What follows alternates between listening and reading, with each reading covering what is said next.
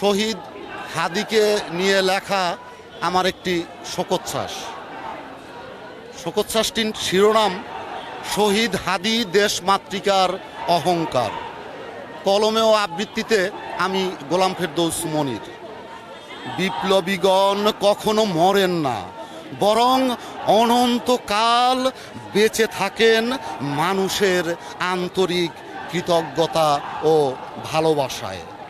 তিতুমির, ক্ষুদিরাম, রফিক, শফিক, জব্বার, ছালাম, বরকত, শফিউর, আসাদ, নূর হোসেন, আবু সাইদ, মুগ্ধ ও সময়ের সাহসী বঙ্গবীর সন্তান শহীদ হাদিগং মরেও যে চির অমর।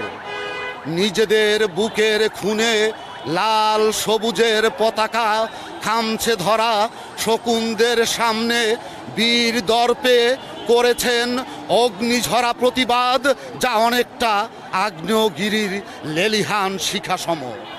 হায়নার বুলেট দৈহিকভাবে না ফেরার দেশে নিয়ে গেল দাবাগ্নি সম জল জল করে সকল প্রতিবাদীগণের অন্তরে।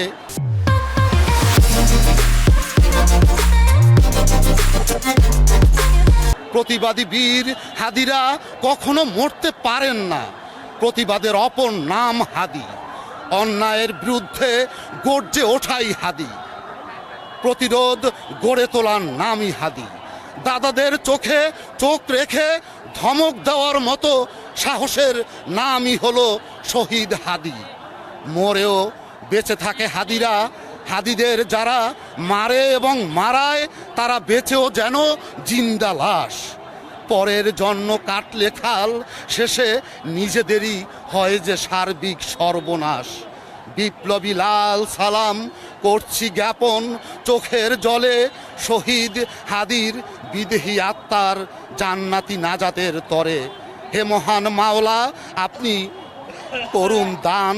হাদিরা মরতে পারে না, হাদিরা মরেও যে চির অমর।